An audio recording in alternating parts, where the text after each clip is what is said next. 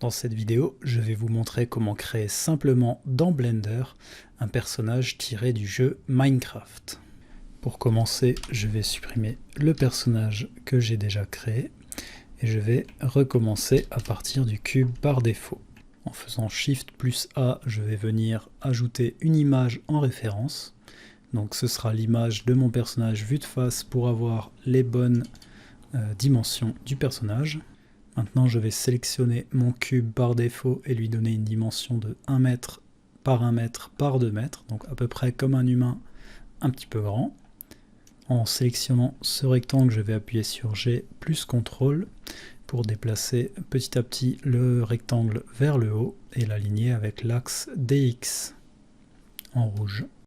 Pour pouvoir aligner mon image sur mon cube de référence, je passe en vue wireframe, donc Z plus wireframe, et je vais venir redimensionner l'image jusqu'à ce qu'elle soit exactement dans mon modèle en vue fil de fer. Ensuite, je vais reprendre mon rectangle et je vais en créer une copie, donc Maj plus D. Pour la tête, on va réduire donc notre cube à la dimension de 0,5 en X, Y et Z. Donc pour en créer un cube, la tête d'un mine hero est un cube. Et comme vous pouvez le voir, le cube se place au centre de notre vue. Donc je vais me remettre en vue de devant et je vais essayer de remonter mon cube exactement à la hauteur de 2 mètres, donc, que vous voyez à l'écran. Donc je vous livre une petite astuce, vous allez en haut dans Snap, donc c'est l'outil d'aimantation, et vous changez à droite Snap to à Vertex. Donc ça va permettre d'aimanter notre objet de sommet à sommet d'un autre objet. Maintenant, en sélectionnant l'objet et en le baissant un petit peu en dessous de notre rectangle de référence, et en le lâchant, on va revenir un peu au-dessus et sélectionner le vertex de notre rectangle de référence en haut à droite et lâcher notre tête, qui se situe maintenant jusqu'à 2 mètres de haut. Maintenant, on va venir dupliquer notre tête, donc Shift D, et la descendre un peu plus bas, voilà, et lui donner la taille nécessaire, donc il me semble que c'est 0,5 sur 0,25 sur 0,7. Alors je vais vous donner une petite astuce pour avoir notre objet qui peut être modifié dans les dimensions en Z en étant bien placé sous la tête, donc pouvoir tester plusieurs dimensions, 0,7, 0,8 ou 0,9 par exemple. On sélectionne en Edit Mode un coin supérieur de notre personnage, on vient faire Maj plus S, Cursor to Selected, et ensuite on va retourner en Object Mode avec tabulation, cliquer sur Object, Set Origin, Origin to 3D Cursor. Donc ce qui va se passer, c'est que l'origine de notre objet, ici sélectionné, cube 002, se situe en haut à gauche de notre cube. Ce qui fait que une fois qu'on l'aura positionné voilà, contre la tête, si on vient augmenter la taille à 0,8, la taille est augmentée de la tête, enfin du corps, seulement en dessous, ici, vers le bas, vers les pieds. Donc on repasse en vue fil de fer, et on revient mettre 0,7. 0,7, on voit que c'est un peu trop bas, donc on va mettre 0,75, et c'est parfait. Ça arrive bien à la ceinture. Donc on va dupliquer le corps, on va diviser par 2 la largeur du torse, et ça nous donne ici, si on vient le mettre, un bras parfait. Et on va dupliquer ce bras pour le descendre, et ici donc le positionner sur l'axe X par rapport au torse et sur l'axe Z par rapport au corps. Voilà, donc on va faire que ce côté-là pour le moment, puisque maintenant il y a une étape importante qui s'appelle le texturing. Donc pour le faire, on va ici, l'image, on va la camoufler, histoire de ne plus la voir devant nous. On va sélectionner nos différents objets ici, et cliquer sur faire un nouveau matériel. Dans Base Color, vous allez choisir Image Texture. Voilà. Alors là, le matériel c'est mis uniquement, donc comme c'est des objets séparés, sur la jambe. Pour résoudre ça, vous voyez que la jambe est dans une autre surbrillance. Vous faites CTRL L, donc Make Links, créer des liens, et vous dites que vous voulez créer un lien avec les matériels appliqués sur la jambe qui est en surbrillance. Donc maintenant, tous les objets ont le même matériel. Et ici, dans Image Texture, du coup, pour en revenir à ça, on va dans ici Open et vous sélectionnez votre skin. Personnellement, j'ai réussi à récupérer le mien sur le site minotaur.net en suivant la documentation qu'ils fournissent. Et vous allez dans UV Editing, tac, vous reprenez tous les objets en sélection, vous mettez en Edit Mode, et ensuite maintenant on va devoir dire quelle face de notre texture, donc qui est ici, vous voyez ça ressemble à ça, quelle face de notre texture correspond à quelle face de notre objet. Pour ça on va créer donc un UV Mapping s'appelle, pour cet onglet. Vous appuyez sur U et vous faites Mark Seams, ça va colorer les arêtes. En fait c'est comme si vous faisiez un découpage d'un objet, c'est un objet 3D, donc vous faites un découpage de cet objet 3D, et chaque pièce qui est découpée, vous allez devoir la placer sur la texture qui correspond. Ensuite, vous refaites U, et vous faites une wrap. Donc là, le logiciel va créer un découpage de chaque face, mais fait comme lui il a envie. Donc vous avez aussi d'autres possibilités d'une wrap, donc Smart UV Project ou Cube Projection. Donc, Cube Projection, en fait, il va créer un cube autour de nos objets et il va dire voilà, si je découpe de cette face là par exemple, j'ai cette face qui fait cette taille, j'ai cette face qui fait cette taille et ainsi de suite. Donc ce qui donne, donc ici vous retournez sur cette vue à droite, vous vous mettez toujours en Edit Mode, vous appuyez sur la touche 3 pour passer en sélection de face. Donc 3 pas sur le numpad mais sur les touches en haut du clavier AZERTY, donc QWERTY, et vous sélectionnez une des faces qui vous intéresse. Ici on repasse avec Z en vue rendered, rendu, et vous voyez donc déjà un problème, c'est comme les faces sont très grandes ici, la texture est toute petite sur notre bonhomme et pas du tout bien placée. Donc on retourne dans texture et ici on voit que c'est flouté. Alors pour enlever ce floutage, je vous le donne, c'est closest, ça veut dire le plus proche.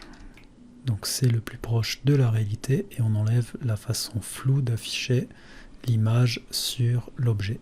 Alors ce qu'on va faire, c'est de passer en Edit Mode et de repasser en sélection vertex. On en sélectionne une et on appuie sur la touche L pour sélectionner l'ensemble de l'objet, sans sélectionner les autres objets qui sont en Edit Mode.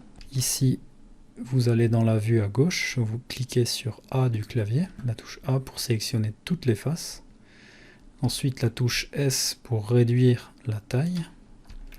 Et maintenant, on va positionner ici sur la tête. Alors l'idéal c'est d'être le plus proche de ce qui existe sur notre texture. Donc vous voyez que je viens de créer un bonhomme avec plein de têtes. On va faire la même chose, donc sélectionner vertex pour le bras. Et c'est là que je me suis un peu gouré. Et donc je vais vous montrer comment ne pas perdre du temps avec le corps, et vous pourrez le faire avec le corps, les bras et le pied bien sûr. À ce moment-là, je me suis rendu compte qu'on peut faire encore mieux, c'est-à-dire que on va ici sur l'objet du corps, vous allez faire CTRL A, ici vous aurez le menu Apply qui apparaît, et vous sélectionnez All Transform, donc toutes les transformations, et vous voyez donc dans le menu Transform Item à droite là, que Scale, donc l'échelle a été remise à 1, et qu'on a les bonnes dimensions.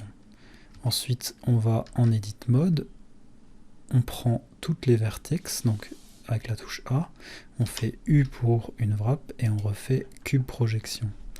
Et ici, on n'a plus le souci que j'avais avant puisque on a récupéré exactement la bonne face de chaque objet. Donc le seul truc, c'est que on a donc le haut du corps et le bas du corps qui sont de cette taille-là. On a ici la face avant du corps et la face arrière, donc ils seront à peu près ici. Et on a aussi les bras, donc qui seront ici environ. Et voilà. Donc je les positionne voilà, à peu près correctement.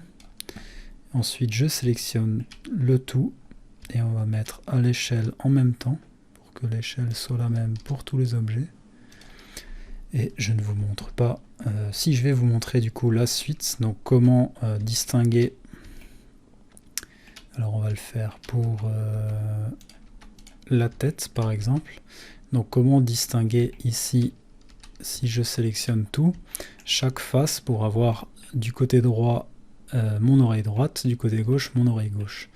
Donc c'est simple, vous remettez de ce côté-là, dans la vue Edit Mode, vous passez donc 3 au-dessus du clavier, en sélection de face, ou alors ici, dans ces 3 sélections-là, vous sélectionnez la face de droite, et ici ça vous la sélectionne sur votre gauche. Donc A pour sélectionner toutes les vertex ici, ensuite G plus CTRL, et donc là c'est super, ça nous le met directement, alors il est...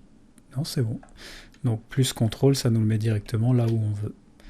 Maintenant on sélectionne la face de gauche, A, G, CTRL, on le décale de 2 crans, et c'est presque bon. Alors là on voit un petit souci, c'est que mon oreille à gauche n'est pas mise de la même manière que mon oreille à droite.